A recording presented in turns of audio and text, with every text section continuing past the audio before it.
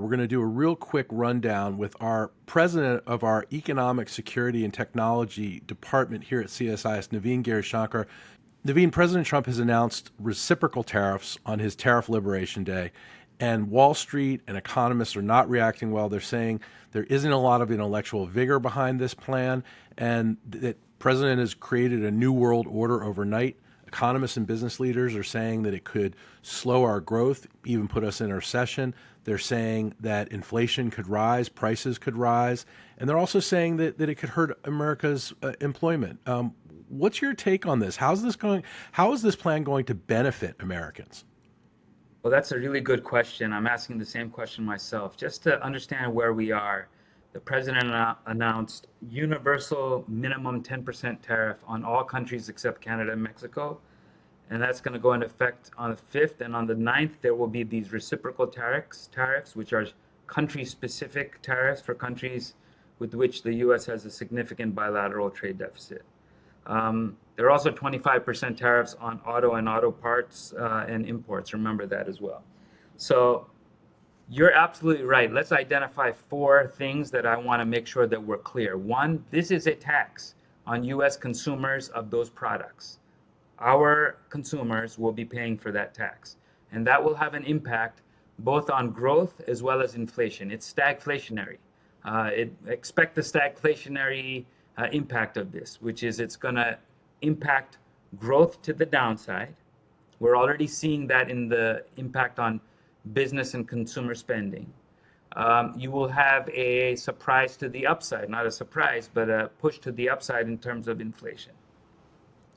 Second impact of this is uncertainty. The president and the administration is implementing this tariff agenda in probably the most uncertain way you can imagine. So what is certain is the uncertainty. What is not certain is the benefits that they purport that we will get from this, which is that it will attract manufacturing investment and the reindustrialization of the U.S. Bring more jobs back to the United States. Correct. Bring All more that, manufacturing yeah. back to the United States. Right. So that's out there. Whether that happens or not depends on many, many, many other factors besides just tariffs and the response and potential retaliation from partners, including allies. So in other words, what we're buying is a potential in the future for what is certain right now, which is the uncertainty, the volatility, which is flowing through markets and economies. 2, let's not forget the wealth destruction impacts of this. And we've seen that the equity market is in a 10% drawdown, approximately, more to come. I've talked to fund managers who say, well, listen, this is a potential for a major capital reallocation to other parts of the world from the U.S.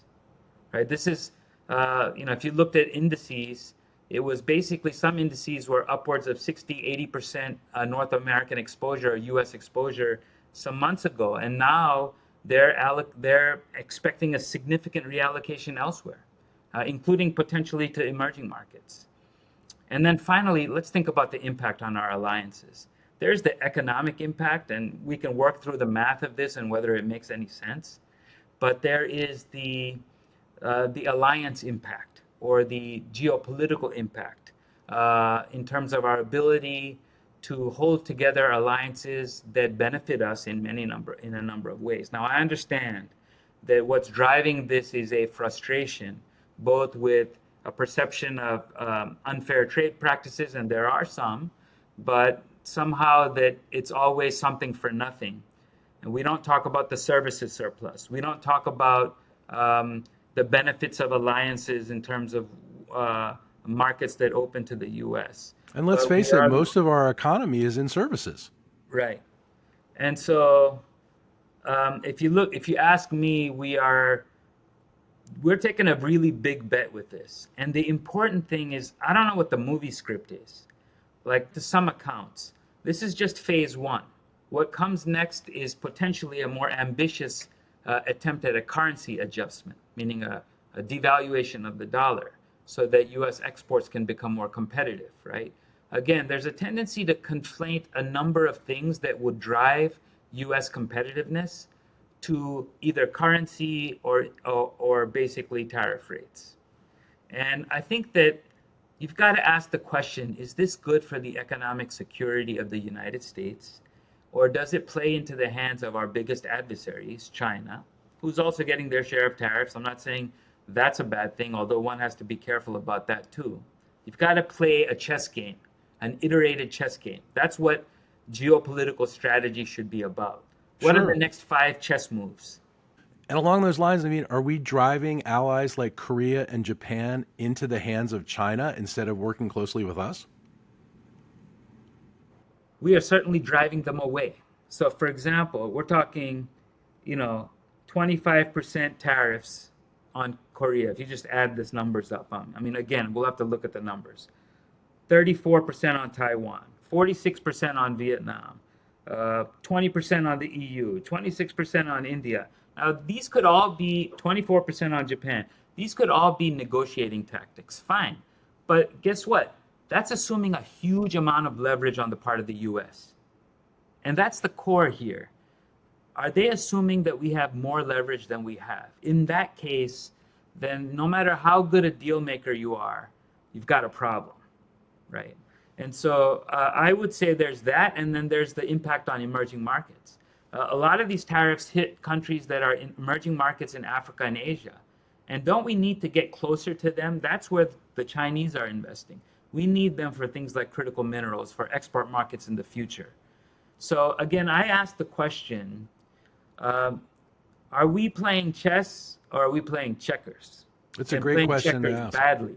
Let me add one more thing. I put out a commentary last week in anticipation of this, and I'm sorry to say that it might be playing out. And I said there that you can't win the tech war if you're fighting a trade war, because the nature of technology value chains are global. And that means when you work through the impacts of these tariffs, and we'll have to, it's going to take some time to work through this. We're going to have to work through this. The impacts of them on critical and emerging technology value chains for AI, for chips, for quantum, for clean tech, for life sciences and biotech, all technologies that we need to lead. They are must-win technologies. Do these tariffs help us or hurt us in our ability to innovate, commercialize, scale, and frankly, stay ahead of the tech race? Well, Right you know, now, it doesn't look good. that's a key question, and it's one that we're going to have to really look at. Along those same lines, you know, what can the tariffs do to the United States' unmatched influence over the world's financial system, the advantages its businesses enjoy, and a reputation that attracts innovators and investors? Right. I mean, you're absolutely right in asking that question. And listen, there were many questions that are legitimately raised about the economic order that has prevailed for the last 80 years, and I would say has benefited three and a half generations of Americans.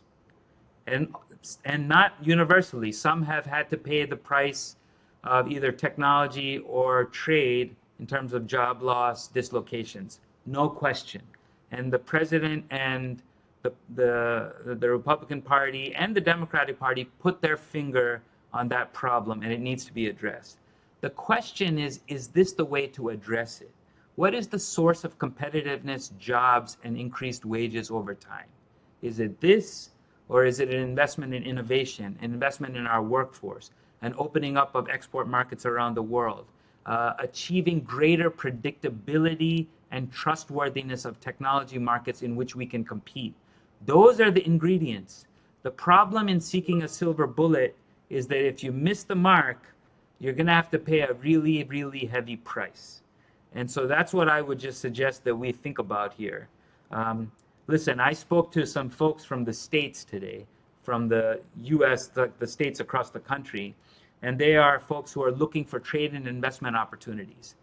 Our states, whether it's in the heartland or rural communities or urban communities all around the country, these are the load-bearing walls of US global competitiveness. We have to ask the question, and all these technology value chains run through those, whether it's the quantum corridor in Illinois or the emerging EV battery cluster in Kokomo, Indiana, or others. Those are the people who are going to have to ask the question, are these tariffs helpful or hurtful to us? And I think that the answer right now doesn't look good. And so we really, really have to ask the question, what is the bar for economic policy making in the United States today? Navin, lot to think about here. Always insightful, great analysis. Really appreciate it.